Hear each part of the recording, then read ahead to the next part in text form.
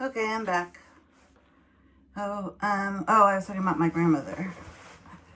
Well, most of you watching this, I don't know if you're old enough, or perhaps you are, to have seen the movie Postcards from the Edge, but it was a book that, Carrie Fisher and Princess Leia wrote, and it was basically it's fiction, but what she did, the two characters, it's a mother and daughter in Hollywood, okay?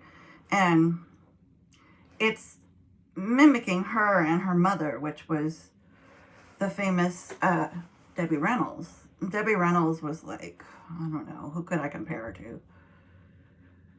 I don't know. She was the Adele of the time, I guess. Only she was, back then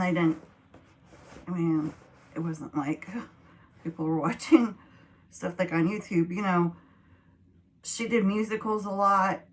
Debbie Reynolds, unfortunately, was also very famous for, there was this huge scandal in the 1960s where Elizabeth Taylor, who I adore, was playing Cleopatra, and actually it was one of the most expensive productions that were at that time that had happened in Hollywood.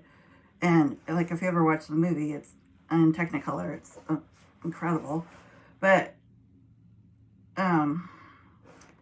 Elizabeth Taylor played Cleopatra, and her husband was Richard Burton, who was, he was like a Shakespeare actor, really. He's British, a bit of a drinker, and but he was gorgeous at the time, and they just had this. He played Mark Antony.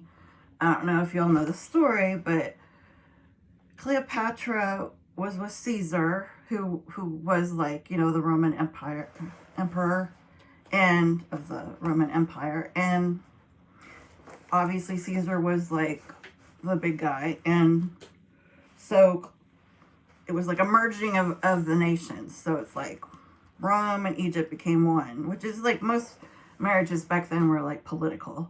So they had a son, and I think they named him, I want to say something Egyptian, like Romulus or something. I don't remember. But anyway, the whole point is the actors, Elizabeth and Mark Antony, had these like incredible scenes together, and they were, pretty sexy scenes for that time, and they fell in love, and they were both married.